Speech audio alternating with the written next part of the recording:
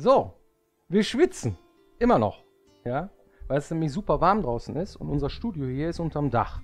Und jetzt habe ich mal den Ventilator direkt auf mich gerichtet. Ich hoffe, das stört dich nicht. Ja? Nicht, dass wir jetzt die Erkältung des Todes kriegen am Ende des Tages.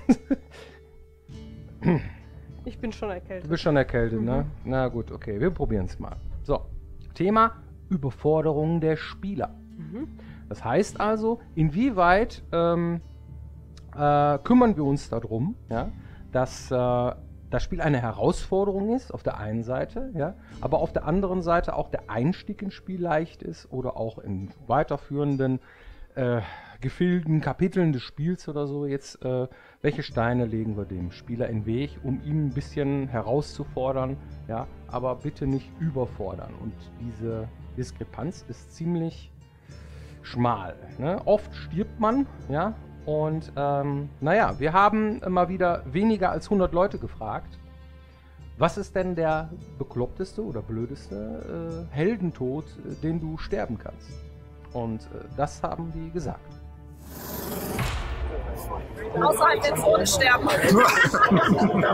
Aus Versehen von einem Felsen fallen und sterben. Hinterrücks erbräuchen. Stolpert über einen Ast. Verrat vom besten Freund. Über irgendwas zu stolpern, zu fallen, dann zu sterben.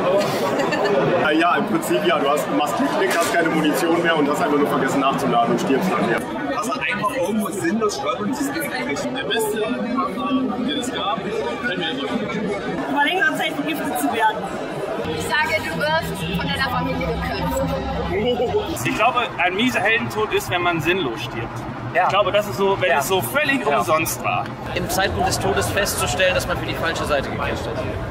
Sinnlos. Verrat ist aber scheiße. Verrat ist scheiße. Ja, sind ja ein paar lustige Sachen dabei, ne? Aber wie ist das denn jetzt wirklich mit dem Überfordern oder mit dem Sterben, wie häufig man stirbt? Haben wir irgendwie sowas wie eine Rate, wie oft wir den Spieler pro Stunde sterben lassen müssen, damit das Spiel gut wird? Oder inwieweit ziehen wir den Schwierigkeitsgrad an? Was würdest du sagen? Ich finde, es gibt ja immer zwei Seiten, von denen man das betrachten kann. Das eine ist, ganz platt, ich spiele ein Spiel und meine eigene Blödheit ist dafür zuständig, dass ich jetzt gestorben bin.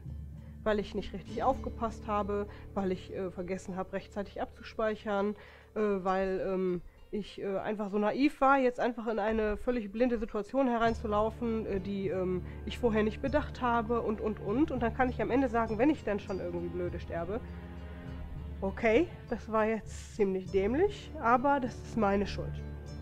Die andere Variante ist, wenn das Spiel an einer Stelle so mies ist, dass es dich in diese Falle tappen lässt. Also zum Beispiel, du hast einen, ja, wie wir auch schon gehört haben, was weiß ich, du kämpfst in einer Situation und hast es gerade eben geschafft irgendwie und dann kommt noch eine miese Situation und du bist tot.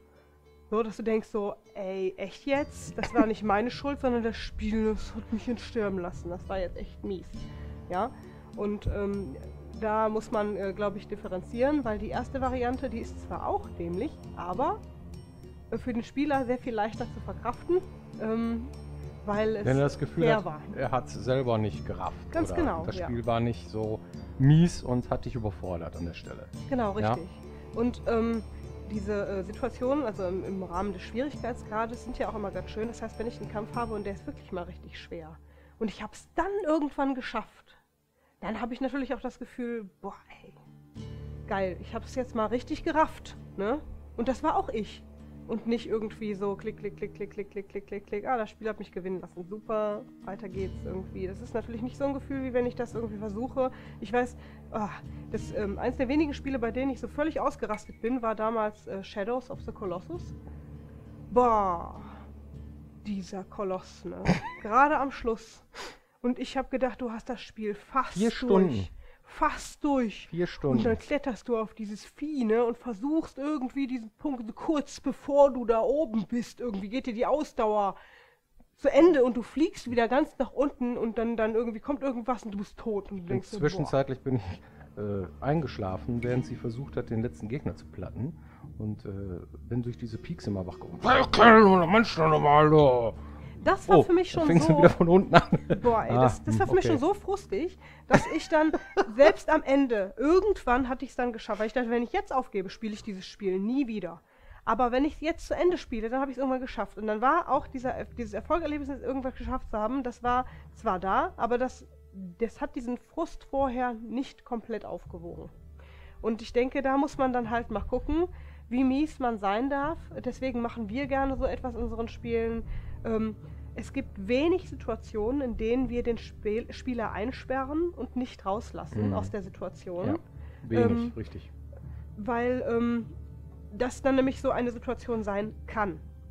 Im Idealfall ist es so, ich prüfe, ist das was für mich, ist das nichts für mich, ist das noch nichts für mich, gehe ich nochmal woanders hin. Ich bessere mich auf, ich kaufe mir eine bessere Waffe, ich besorge mir eine bessere Rüstung, ich steige in der Gilde auf, ich hole mir ein paar Perks oder mache sonst irgendwas, um mich zu verbessern, dass ich das nächste Mal, wenn ich in dieselbe Situation komme, den Gegner auch tatsächlich platt kriege, also wenn es in dem Fall ein Gegner ist.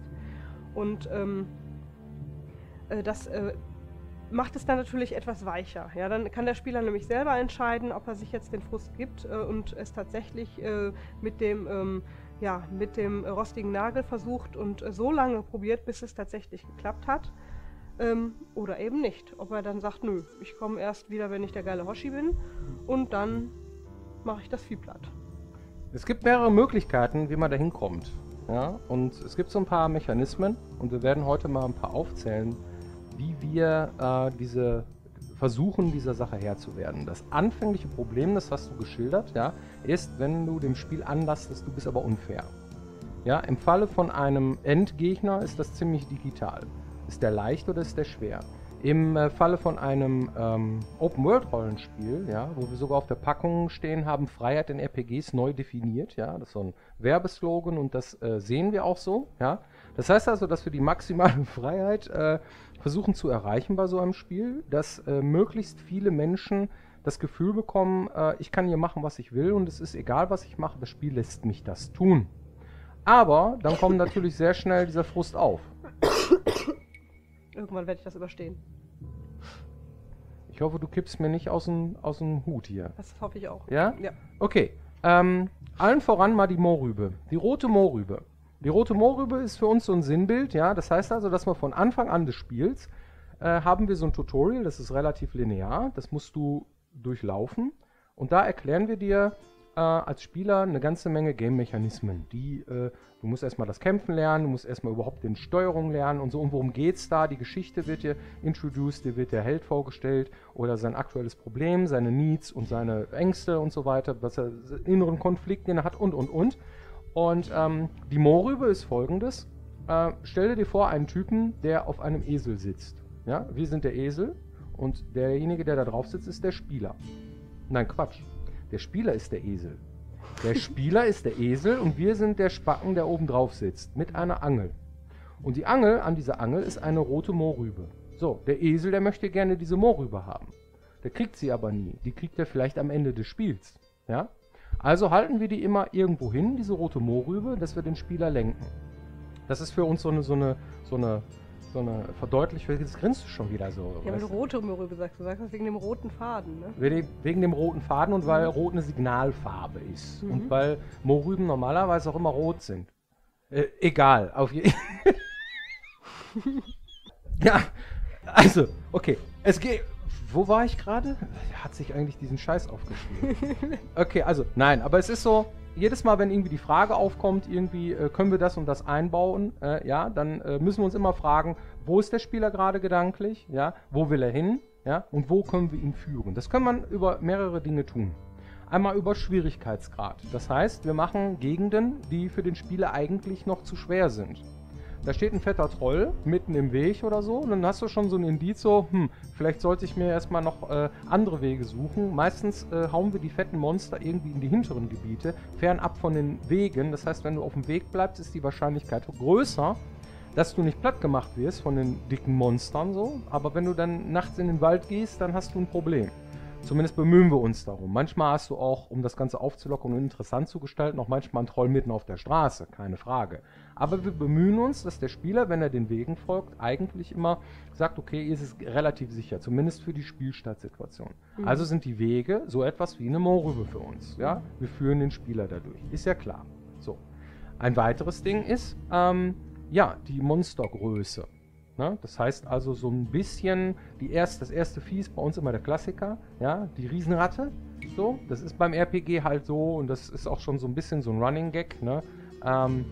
Dass bei uns das erste Monster häufig immer eine Ratte ist. Oder so eine Mutantenratte oder irgendwas halt in Rattenartiges Vieh. So, ne? Irgendwas so. Das ist so der Klassiker und da ist doch völlig klar, eine Ratte ist normalerweise klein. Okay, das erste Monster, ne, ist dann immer und danach kommen dann immer die entsprechend größeren. So. Und wenn ein Riesenvieh auf dich zukommt, okay, dann weiß ich, da muss ich erstmal gucken, ich suche erstmal das Kruppzeug auf dem Boden, ja? Wieder Mohrrübe, wo gehe ich hin?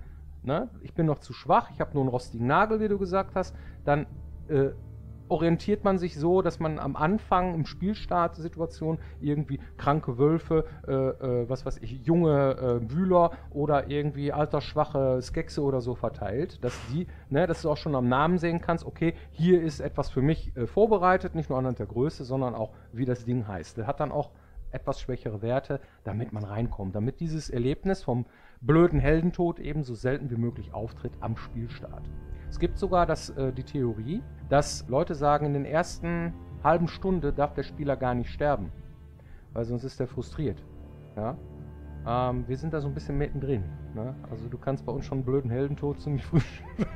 Ja, und es ist ja auch stellenweise, wir hätten ja auch sogar jetzt diesmal noch mehr altersschwache Wühler verteilen können, um das noch ein bisschen länger aufrechtzuerhalten, weil es schon sehr schnell hart wird. Wollen wir beim Schwierigkeitsgrad nochmal aufgreifen, ne? Weil der Schwierigkeitsgrad, der bestimmt ja auch so ein Stück weit, wie schwer du dir als Spieler den Scheiß selber machst. Und die Leute kommen zu uns und sagen, das Spiel ist aber zu schwer gewesen, so für mich, ja. Ja, dann macht doch den leichten Schwierigkeitsgrad. Nö, das möchte ich aber nicht. Ich möchte das Spiel so spielen, wie es gemeint ist. Dann packt man den Spieler so ein bisschen an seiner Zockerehre, ja, dass er dann wenigstens auf Normal oder am besten auf Hardcore oder so das Spiel locker durchspielt. Und wir sind dann irgendwie so, stehen dann mit unserem Mohrrübe, wohin jetzt? Ja, das ist schwierig. Dann mach doch den leichten Schwierigkeitsgrad. Dann stell dir doch bitte die Stamina ab, dass du immer schlagen kannst, dass du dann nicht irgendwie aufhörst zu spielen oder irgendwie sowas. Aber es ist halt so, die Spieler möchten das eigentlich nicht. Ne? Viele Spieler sagen wirklich, nee, das präsentiert mir das Spiel gefälligst so, wie es gemeint ist. So, ne? Und dass es dann auch schaffbar ist. Viele feiern uns dafür, dass wir das Spiel schwerer gemacht haben, weil im Vergleich zu Risen 3 ist Elex jetzt tatsächlich wirklich sehr viel schwerer. Ja. Und das ist auch mit Absicht so passiert. Das haben wir uns auch fest vorgenommen, weil wir nämlich früher sehr viel Haue bekommen haben, dass es anders war. Ja. Da muss die Steigerung immer sehr stetig sein. Das heißt, es muss immer fortwährend irgendwie eine Herausforderung da sein, weil wenn du nämlich nur einfach die Monster kaputt klickst, irgendwie im 3. Kapitel oder so, ja, dann sagt man, okay, das Spiel ist für mich eigentlich gelaufen. Ich bin zu gut. Ja. Das Tuning ist ja auch nicht leicht. Ja. Das sagt also irgendwo auf dem Weg von 60 bis 100 Stunden, manche spielen das Spiel in 30, 40 Stunden durch. Ja. Was ist jetzt der richtige Mittelweg? Ja. Also man kann sich auch selber irgendwie... Ich mache das bei Spielen häufig, da gucke ich, wie ist der Schwierigkeitsgrad, habe ich da Bock drauf oder so. Oh, das wird mir zu leicht, das wird mir zu belanglos, zu langweilig, dann mache ich es einen Tick schwerer. Ja, es ist ja auch so, dass viele Spiele es mittlerweile so machen, dass die ihre Gegner mitleveln lassen. Und dass wir uns mit Absicht dagegen entschieden haben, das so zu machen, damit du eben erstens weißt, womit du es zu tun hast und dann auch wirklich merkst, wenn du besser geworden bist. Das ist so ein großer Pluspunkt dieser Entscheidung, dass mein Gegner so ist, wie er ist und ich hab's nicht drauf, aber jetzt hab ich's drauf. Und dass die Spieler halt natürlich auf der anderen Seite auch super unterschiedlich spielen, ja. Die einen, die grasen alles ab und die sind dann auch overpowered, wenn sie dann zu einem bestimmten Gegner kommen und sind dann einfach der super geile Typ, der alles platt macht am Ende und die sagen dann so, ja, okay, das Spiel war aber am Ende zu einfach. Und derjenige, der dann die 30 Stunden da durchrusht irgendwie, kann dann sein, dass für den der Kampf dann trotzdem noch hart ist, weil er eben nicht die Skills hat oder die Ausrüstung wie derjenige, der da irgendwie schon 60 Stunden gespielt hat. Ja. Und der ist dann stolz, dass er es geschafft hat und sagt, boah, der Gegner war aber hart. Derselbe Gegner. Ja, die Werte sind die Werte sind die Werte. Da gehen wir nicht dran. Genau. Das sind fixe Dinger. Ne? Jetzt kann man sagen, natürlich gut, dann sollte sich der Gegner halt an den orientieren, was der Spieler gerade kann. Ja, gut, aber dann hat man wieder den Nachteil, dass es beliebiger wird. Ja? Dann merkt man eben nicht mehr, dass man wirklich so gut geworden ist. Obwohl es ist auch valide, um mal wieder rumzumerkeln. Ja? Es ist völlig valide, solche Spiele zu spielen. Wir spielen die auch, finden die auch gut. So. Aber für uns, wir haben eher Bock. Du hast eine feste Welt, kriegst sie so vorgesetzt und das ist das, was du meistern musst. Meisterst du es am Ende des Tages, dann ist das Spiel für den versierten Spieler dann vermutlich dann einen Tick zu leicht. Ja? Da muss er halt einen schwierigeren Schwierigkeitsgrad einstellen und für den, sag ich mal, Spieler, der eher so Story genießen möchte, ist es dann immer noch eine Herausforderung. Der ist dann eher gut bedient, wenn er den leichten Schwierigkeitsgrad nimmt. Da kann man noch ein bisschen rumtricksen und so, man lernt ja nie aus. Ja gut, ein Ding, was uns oft immer wieder, okay, so, aber über die Preise von den Rüstungen, da müssen wir noch mal reden. Ne? Das heißt, in den hohen Kapiteln, wenn ich mir eine Rüstung leisten will, ja, dann muss ich meine ganze Kohle irgendwie hinblättern und so weiter. Ja, sicher.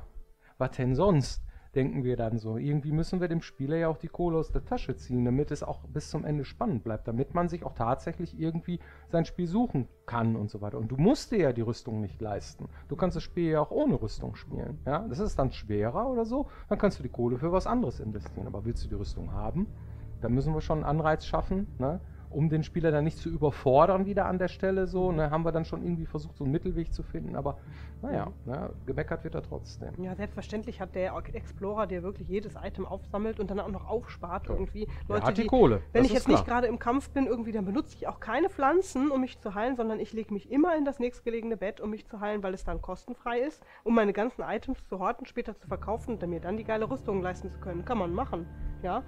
Also, das Spiel lässt das zu, das kannst du machen, wie du willst. Wenn du mal deine Pflanzen aufgefressen hast, kannst du die natürlich nicht mehr verkaufen. Wir haben noch mehr rote Mohrrüben. Und zwar die Welt und ihre Vista Points. Das heißt, wir lenken den Spieler schon beim Leveldesign ein Stück weit, ja. Zum Beispiel so ein Konverter, ja, den die Alps gebaut haben bei Elex. Dass man sieht, okay, da ist irgendwas Interessantes, da gehe ich mal hin. Und dann passiert auch ein Stück Hauptstory genau an dieser Stelle. Das ist also allein schon vom Leveldesign und diese Pimmel, die in der Gegend rumstehen, dann sieht man, okay, wenn ich zu einem Turm gehe, dann bin ich mir eigentlich ziemlich sicher, da passiert auch was. Auf einer Pläne normalerweise ist nicht der wichtige Charakter, sondern der steckt meistens in irgendwelchen Gebäuden oder irgendwie so, um dem Spieler halt den Anreiz zu geben, okay, wenn ich da jetzt hingehe, dann ist da auch was. So, ja? Oder zumindest irgendwie eine Mini-Location-Geschichte oder irgendwie so. Das ist auch so ein Fingerzeig. Guck mal, komm mal hier hin, da ist irgendwas für dich. Ein weiteres Ding, ja, um dem Spieler zu erleichtern, das Spiel zu meistern, sind die Erklärbär-NPCs. Was ist das? Bei Risen 3 hatten wir verschiedene Inseln, die man in unterschiedlichen Reihenfolge spielen konnte. Und jede dieser Inseln hatte einen Erklärbär. Einen Typen, so ein Typ wie Diego, ja, bei Gothic 1 beispielsweise, der dich empfangen hat und der dir erstmal grundsätzlich erklärt hat, wie dieser Part oder dieser Teil der Welt funktioniert. Der dich vielleicht sogar an die Hand genommen hat, komm, ich gehe mal zur Siedlung, das heißt, ne, zum Hauptquartier dieser Location und so weiter. Das ist auch so eine rote Mohrrübe, wo du sagst, okay, wenn ich wissen will, wo es weitergeht und nicht sich irgendwie Frust aufbaut, ich durch die Welt laufe und nicht mehr weiß, was Sache ist, dann gehe ich zu den entsprechenden NPC und der ist dann meistens auch schon so präsent platziert vor einer Location oder ne, so wie so ein Türsteher bei den Outlaws oder halt der Türsteher Drock bei den Berserkern und so, der erklärt mir eigentlich schon, worum es geht. Und das ist so ein klassisches Ding. Ja? Das heißt also, wenn ich jetzt nicht weiß, was ich tun soll in dem Spiel und fühle mich überfordert von dem Spiel, dann gehe ich doch gefälligst zu einem von diesen Litfaßsäulen, die wir in die Welt stellen, der wird dir schon erklären, wie es lang geht. Manchmal auch nicht, ja, aber meistens so, ne? Ne, eigentlich immer, ne? Abessa City steht einer. Also es gibt diese Charaktere überall. Genau. Wenn ich jetzt irgendwie den durchgeklickt habe und habe ich zugehört, dann muss ich eben entweder selber meinen Weg finden oder im Log gucken. Oder Pilze finden ja, genau. So, aber es gibt schon diese Charaktere, die ja grundsätzlich nicht nur ihre eigene Geschichte erzählen, das ist natürlich auch noch, aber vor allen Dingen auch ein bisschen erzählen, wo bist du hier eigentlich und worum geht es hier eigentlich. Schwierig wird es dann bei der Queststruktur, also den Missionen, die du machen kannst, ja? Denn die wird ziemlich schnell unübersichtlich. Und der Spieler fühlt sich auch da überfordert und sagt, was soll ich denn als nächstes machen? Da bemühen wir uns halt immer irgendwie mit Schirmquests oder Schirmmissionen, wo dann diverse Dinge dran hängen. Gerade bei der Hauptstory ist das immer sehr schwierig, weil wir wollen ja möglichst frei das Ganze gestalten, aber mit einer gewissen Struktur. Da ist natürlich auch sehr viel Potenzial, dass ein Spieler sich verliert und irgendwann gar nicht mehr weiß, was er als nächstes machen soll.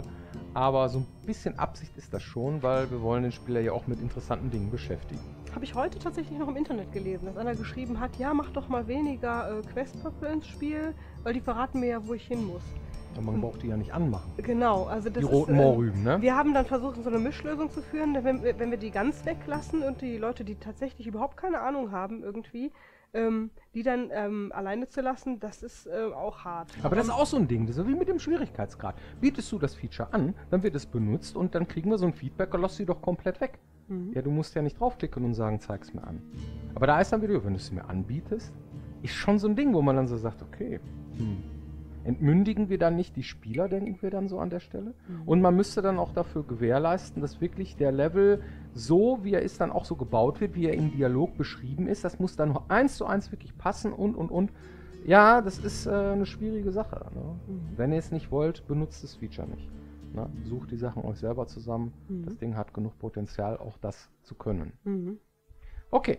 Ja, Steuerung auch, ne? Viele sind durch eine eigenwillige Steuerung überfordert und sagen irgendwie, das ist nicht Standard, das gefällt mir nicht. Das ist auch so ein Ding. Das ne? ist auch so ein Senftöpfchen, Ja. ne? Die Steuerung. Klar, die wird, das ist etwas, was mit am längsten in der Entwicklung ist. Ja. Weil am Anfang, klar, es fehlen natürlich am Anfang auch noch viele Dinge, die die Steuerung maßgeblich mit beeinflussen, wie zum Beispiel Animationen und verschiedene Designs und ja, der Kampf im Allgemeinen und solche Dinge, vor allen Dingen, wenn man das von der Pike auf neu machen will. Und dann arbeitet man erstmal mit dem, was man gerade hat und guckt, wo gehe ich hin. Und dann heißt es irgendwie, ja, keine Ahnung, den kommen auch noch neue Features dazu, weil jetzt irgendwie eine Tastatur auf den Markt gekommen ist, die auch noch irgendeinen anderen Kram bedient. Oder. Und Ist ja auch cool. Dann ist das Ding im Grunde genommen ständig im Test. Ja. Ne? Dann wird irgendwie, alles klar, die Steuerung wurde erneuert, probiert das mal aus. Und dann wird irgendwie gespielt, dann kommst du mit irgendwas nicht klar oder mit irgendwas doch und dann werden auf einmal die Animationen erneuert und dann funktioniert das nicht mehr so, wie es vorher war und dann muss man es nochmal irgendwie einstellen und neu machen und so. Und am Ende kommt dann die QA und testet das und irgendwie ein Teil sagt, ach, das hat ja Spaß gemacht, ein Teil sagt, oh, da bin ich aber nicht mit klargekommen und wenn ich hier den Daumen irgendwie verrenke ich mich andauernd, irgendwie könnt ihr das nicht mehr abstellen und dann versucht man irgendwie mit all diesem Feedback einen Mittelweg zu gehen, um so eine Steuerung möglichst für viele Menschen so zu machen, dass sie damit klarkommen und dann im Falle der Tastenbelegung. Da kann man eine ganze Sendung drüber füllen. Da kann man tatsächlich, ja, stimmt, das ist mir auch gerade aufgefallen. Ich wollte doch gar nicht über die Steuerung reden. Wieso hast du denn eine Steuerung aufgeschrieben? Weil das einfach eine Überforderung ist, offensichtlich, ja, auch für uns während dieser Sendung. Denn es ist tatsächlich so, dass ein Spieler sich verliert, oder wir einen Spieler verlieren vielmehr, ja, der dann tatsächlich damit nicht zurechtkommt. So, ganz schnell geht das. Also dieses Thema, da könnte man viel länger drüber reden und mal erklären, wie sowas zustande kommt. Entsprechend nehmen wir das mal so hin und nehmen mal den...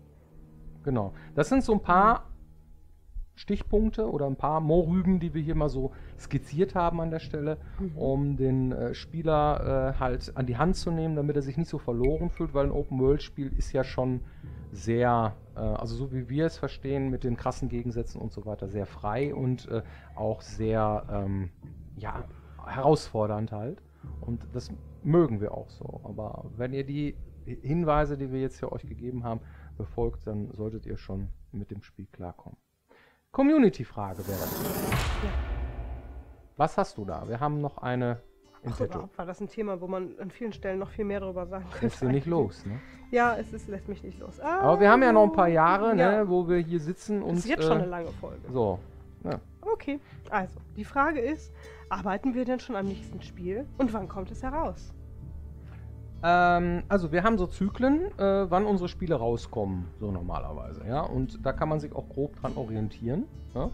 wann was rausgekommen ist und wann das nächste von uns rauskommt. Und das ist auch immer eigentlich immer so ungefähr die gleiche Zeit gewesen. Okay, im Fall von Gothic 3 hat es länger gedauert, im Fall von Gothic 1 auch, aber ansonsten hatten wir immer so einen ziemlichen Zyklus, der immer relativ ähnlich war. Ja, natürlich sitzen wir da dran. Ne? Wir machen auch mal eine eigene Sendung über den Projektstart. Ne? Wann startet ein Projekt? Das machen wir auch bald mal irgendwann, wo wir genau skizzieren, welche Stationen durchlaufen werden und welche Sachen dazu möglicherweise parallel vom vorherigen Titel noch laufen, um euch mal so ein bisschen so ein Gefühl davon zu vermitteln, wie kompliziert der ganze Kram ist. Ja. Gut, kommen wir mal zur Trophy Box. Da haben wir nämlich wieder was, ja. Also die Trophy Box, ich will es euch jetzt nicht jedes Mal erklären, aber das ist halt Zeug, was wir von euch bekommen haben, ne? Was wir mal gerne präsentieren wollen. Da ist das hier zu nennen, ja, das tolle Ding hier. Was ist das denn? Das ist ein Award, und zwar ein Making Games Award. Das Ding wurde verliehen in, ich glaube sogar München, ne? Und ja, da wurden wir prämiert für Best Technology. Darüber haben wir uns sehr gefreut. Unbedingt. Denn den hatten wir gar nicht so auf dem Schirm, muss man sagen. Und entsprechend hat uns das recht überrumpelt. Und ja klar, wenn man irgendwie was gewinnt und prämiert wird für eine Leistung, die man erbracht hat irgendwie. Ich weiß, dass der Philipp, unser Lead-Programmer... Dem habe ich das Ding dahingestellt und der hat das fast nicht geglaubt. So, ja. Ne, Best Technology, was echt jetzt? Ja gut, wir haben eine Eigenentwicklung, Engine-Eigenentwicklung und schon seit vielen Jahren und versuchen halt mitzuhalten. Bei den anderen ist natürlich nicht so einfach. Richtig. Ne? Und ja, ich finde, das ist auch aller Ehren wert, dass die mal einen Preis bekommen dafür. Richtig, Ne, weil der für hat die sich Leistung. schon ordentlich ein Bein ausgerissen. Dafür, dass einige Dinge so funktionieren, wie sie funktionieren und das in so einer großen Welt. Und unser einer versteht ja kein Wort, wenn die miteinander reden. Ne? Das ist schon eine Leistung, muss man einfach mal sagen. Ja, dann stellen wir das Ding doch einfach mal hier hin, zu dem BAM Award und zu dem Deutschen Computerspielpreis. Ich hoffe, das fällt jetzt nicht runter. Das stellen wir einfach mal davor. So, was haben wir denn noch Schönes hier? Also das hier würde ich ganz gerne nochmal erwähnen. Wir sind auf der RPC gewesen und haben eine Band gesehen. Die Band hieß Idurat, ja, und hatte auch sehr viele Embleme an den Klamotten, ne, zum Beispiel Schläfermaske und so weiter. Und eine ganz tolle Fantasy-Band. Und Idurat ist ein Wort, was sie aus Gothic 2 genommen haben oder wovon sie sich haben inspirieren lassen. Und ich habe mich dann gefragt, okay, könnte es sein, dass ich vielleicht sogar der Urheber war von diesem Wort, weil es sind ja so Fantasiewörter, die wir so erfinden und so weiter. Und da war ich zu dem Zeitpunkt noch nicht ganz sicher, weil wir sind nämlich seit Jahren irgendwie gefühlte 6 Projekte dazwischen und so. An einige Sachen erinnert man sich nicht mehr. Aber ich habe halt mit den Jungs hier gesprochen und so und die Wahrscheinlichkeit ist ziemlich hoch, dass ich das war, der dieses Wort erfunden hat. Das ist der Name der Insel. Eine ganz tolle Band, ja. Die haben wir dann bis zu Ende im strömenden Regen haben wir sie uns angeguckt und können wir nur weiterempfehlen. An dieser Stelle vielen Dank für die CDs, ganz tolle Musik. Ja. Eine ganz tolle Trophäe. Also wer In Extremo mochte, sollte da mal reinhören, die machen echt klasse Sachen. Gut, damit wären wir am Ende. Ach, guck mal hier, sind ja nur 25 Minuten oder so. Ja, leicht überzogen. Ja. Aber wie gesagt, da kann man sich ja ewig dran auslassen. Das ist richtig. Gut, vielen Dank für eure Aufmerksamkeit und wir hoffen, dass ihr auch beim nächsten Mal wieder dabei seid. Und schönen Tag noch. Bis dann. Bis dann. Tschüss. Klappe und go! So. Und nun zu was völlig anderem.